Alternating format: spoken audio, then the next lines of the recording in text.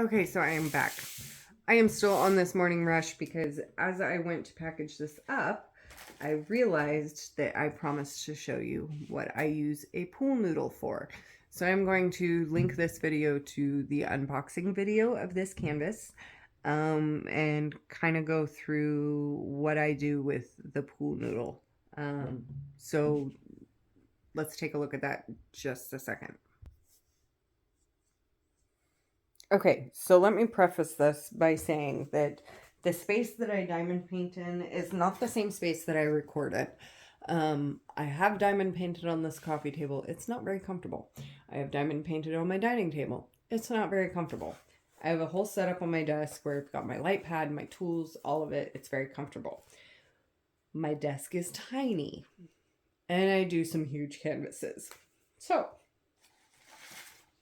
one of the reasons that I am sad that they got rid of these little white pool noodles is because I like to slit them down the middle. Ooh, so sorry, I just totally knocked over the tripod. Okay, so this is a bigger pool noodle, your regular size from the dollar store that I got, and I cut it in half down the center on one side.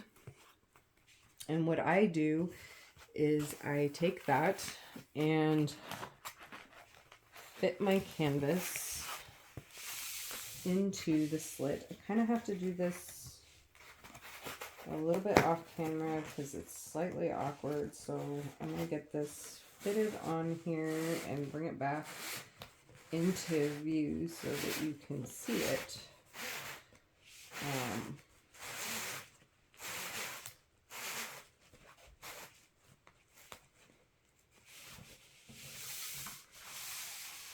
Okay, so it's slit on this side so that I can run my canvas through the side.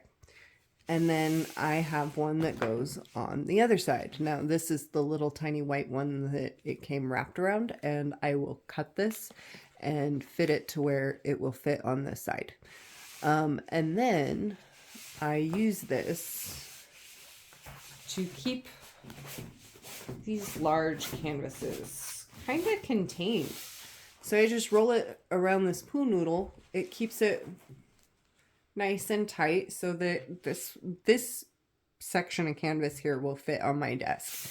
And I will probably put it this way and work on it back and forth like this. I'll section this off into my little 8 centimeter sections, 8 centimeter square sections. That's what I've found that works for me for some reason. I don't know why 8 centimeters, but 8 centimeters. 10 is too big for some reason. Anyway, we all have our own way of doing that, right? So I will work on that, and as I finish this part, I can then take my other poo noodle and roll my finished work. And this is much easier when I have an actual slit to work with. So this is not exact, but this is the general idea of what I use these for. So as I finish that piece, then I can unroll the top and work on the next section. And then roll this. When that's done, unroll this and work on that section. And I do this for the whole canvas. And eventually I get down to where all I have is that bit, and then this pool noodle can come off.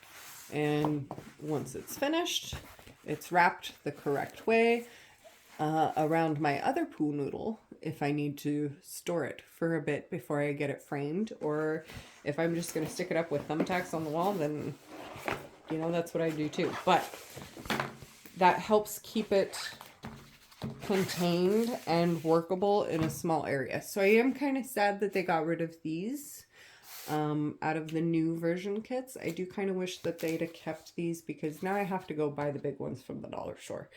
Sometimes it's nicer to have the small ones. So I will keep these and cut them down the middle and repurpose them for my rolling scroll work.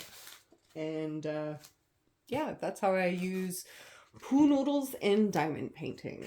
So a little tip and trick for anybody that has small, tight spaces to work in. The only regret, that's literally the only regret between the old kits of and the new kits with Dreamer Designs. I much prefer the new kits. I like these older kits because they're, slightly cheaper and they're still fun. But the new kits are a lot better, and I'm really happy with the new kits. I just wish that they'd have kept the little styrofoam in there, but I mean, it's no big deal for me to run to the dollar store and get a pool noodle to cut in half, no big deal. So yeah, that's what I use pool noodles for in diamond painting. So if that helps, cool. All right, have fun, stay safe, be cool, peace out.